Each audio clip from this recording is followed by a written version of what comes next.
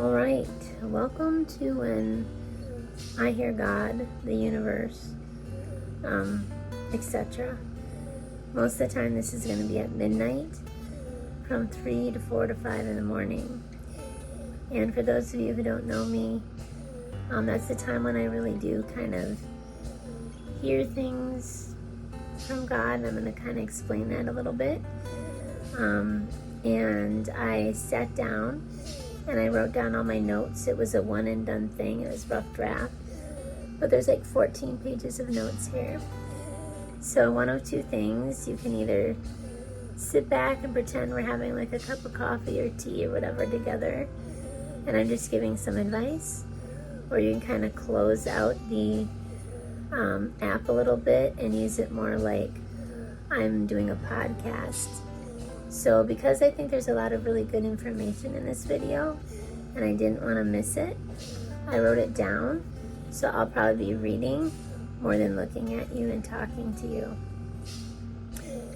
So welcome to When I Hear God, the Universe, etc.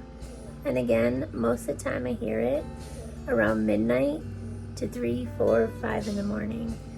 Right now it's 2 in the morning my time. Because when the world is quiet and asleep, it's much easier to hear. Think about going to like a concert or a game where there's lots of noise and things going on. Sometimes it can be very hard to hear the announcer.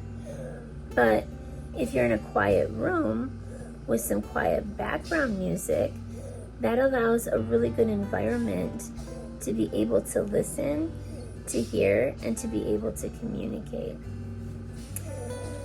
I was not going to do a video, and for those of you who know me, or for those of you who don't, I used to get up at this time, like 3 in the morning, for many years, and I would get up and I would take a walk, and I would talk about like spiritual concepts or lessons that I've learned over my life, and I used to call them Jaunts with Jen, which you can actually still find on my YouTube video.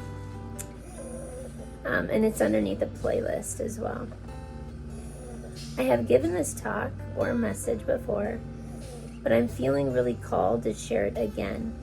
Like someone needs to hear it, so you can either use it or lose it, or move on if this isn't of interest to you. So for those of you who don't know me, my name is Jennifer Engel.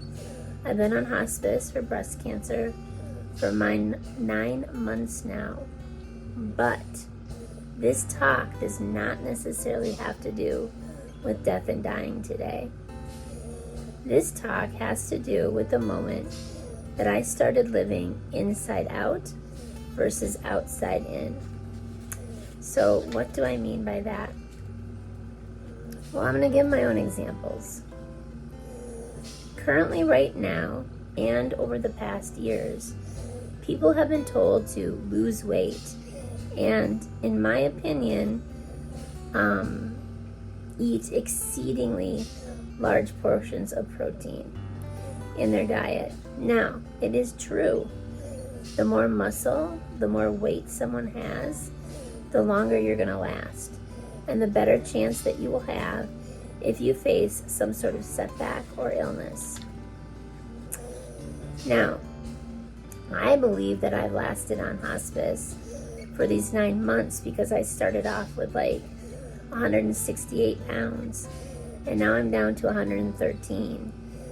That gave my body 55 pounds of food, I guess you could say, to feed off of. If I was only 115 pounds to begin with, I don't think I'd be here with you today. Yet, even before I got cancer, my body just could not process meat.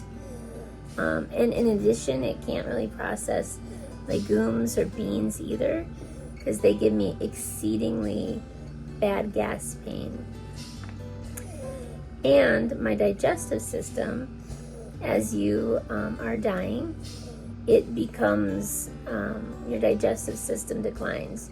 You basically start referring back to an infantile system, really. I had to start asking myself, if I put this hard to process food into my body, somehow I gotta be able to get it out. In addition, I was still trying to eat like normal amounts of food, which actually ended up causing me severe constipation. And then I even ended up in the hospital because of it. At that point, I was living outside in. Gotta have protein, gotta eat more calories, gotta stay strong. But that only caused my body to inflame and become exceedingly painful. And that's where one of the biggest red flags is of living outside in. When the outside world tells you what's best for your body and you. But the body ends up in pain and in discomfort. So if you get information and it's in pain, it's in discomfort, that's a red flag. Another example from my story is because my body was inflamed and in pain, the hospice team and I tried fentanyl patches, which actually ended up making me nauseous. And that is still also not me listening to my own body. Once I actually went to the hospital and I started to feel better, I was taken off. Okay, and I started to feel better. So now I'm going to talk about the brain here just a little bit. When I started to feel better, I was taking out of what people call the animal brain or your amygdala. That's where all the fear-based emotions and thoughts come from. And you literally cannot think clearly.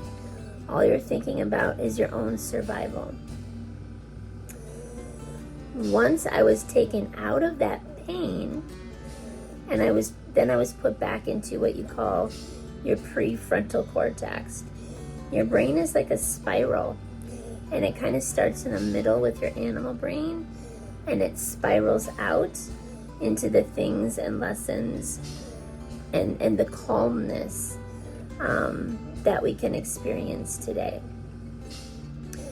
Once I was put back into my prefrontal context, the calm, rational thoughts and emotions, that's when I started to remember.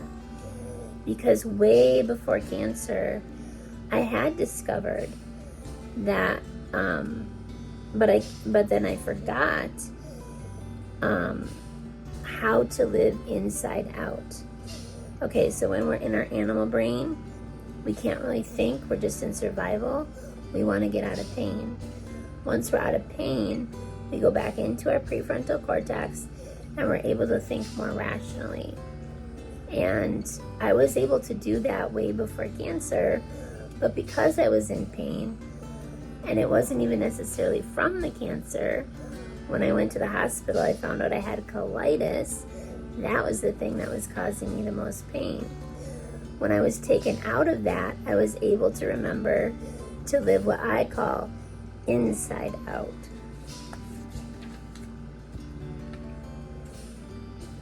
All right, let's see, let's make sure I have that. Okay.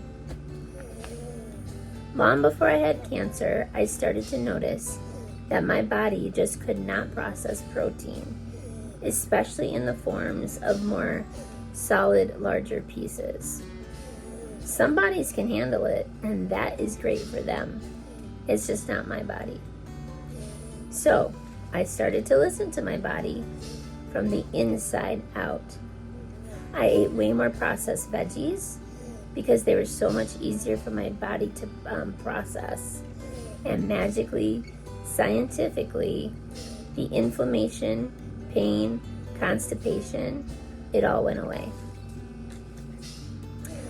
Then, because I wasn't inflamed and in pain anymore, I started to wean myself off the fentanyl patches, as well as becoming strict with my own diet and watching how much I consume. Then the nausea went away. In addition, because my food wasn't stuck rubbing against, I have like some nodules in my lungs, then my breathing becomes easier.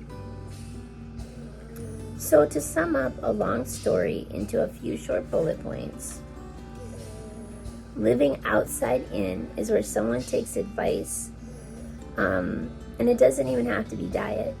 It can be parenting, relationship, job, whatever advice that you need that you're struggling with. They try the advice that somebody, a doctor, a counselor, a friend, whatever, gives them, which is not always a bad thing, okay? Not all advice is bad, but in this case, the advice is taken and it causes pain, either physically, mentally, emotionally, or spiritually. And a lot of times, it's a combination of any of those four.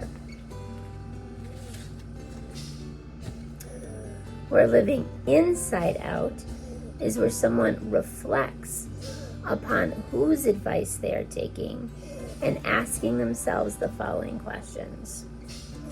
Number one, see, every single time I try, but this little right earbud just does not want to stay in. What would a podcast be if it didn't fall out? Okay, so living inside out, they ask themselves the following questions. Number one, what advice or how did that advice make me feel mentally and emotionally? If it was positive, keep it. If it was negative, delete it. If it was neutral, you're still not quite sure yet, keep evaluating it. Number two, if the advice did not work, can I go inside my own body and mind and emotions and ask, what do you need in order to feel your best? So sometimes we're not going to jump from being in pain and inflammation, depression, anxiety, to super happy, okay? So what I do when I am in pain is, what do I need to feel just a little bit better? Do I need to put a heating pad on my back? Do I need to take a nap or a shower? There's lots of different coping strategies that you can use to at least slowly climb up the ladder of feeling better. You don't have to make a big, huge leap all at once. So give yourself some grace and just ask yourself in those moments, what do I need? Just to feel a little bit better. Then what you want to do is, when you are maybe more in your prefrontal cortex, you're in your rational brain, you want to prepare ahead of time. Make a list. Say like music, massage, a nap, a hot shower, talking to friends, exercise, whatever it is, have a list and then post it up. Because then when you're in your animal brain, even if you can't think clearly, you have a visual and you don't have to think, and you can just say, I'm going to try this, I'm going to try this, I'm going to try this, until you finally find the thing that works, that makes you feel at least just a little bit better. All right, finally, keep some sort of data that you can go back and reference. Again, every single time I do a talk, I talk about my journal. And this is my cancer one. I'll talk about another one in the future or in a minute. But this one is like all the meds I need to take and when. But then on this side, it talks about the 3 things that I struggle with, which is the pain, the nausea, and the breathing. So I go back and I look at, how often do I take my morphine? And I write that down, and I can actually feel every 4 hours the morphine wearing off. So before it wears off, I take my other dose, and then I'm not in pain. In regard to the nausea, luckily I haven't had to use that. And then in regard to my breathing, I nebulize, and so I write down the times that I nebulize and how that makes me feel. And then I also write some other notes, like what did I eat that day? How often did I sleep? And how did I feel? So that I can go back and reference, was there something I did different that maybe put me in pain that day, or that made me feel good all week? So this is one thing that I use. In the past, before I had cancer, I used another app. Let's see, where do I have here? Called Dailyo Journal. A daily diary. Because when you have data, it doesn't lie. It shows you patterns of what is and is not working over time, so that you can start to feel your best longer and more stability. So when you're in pain at the moment, you're going to look for the small steps. When you're not in pain, you're going to create like a list of coping strategies, and then also have some sort of journal that you can go back and reference and look for those patterns so that you feel better longer and more sustainably.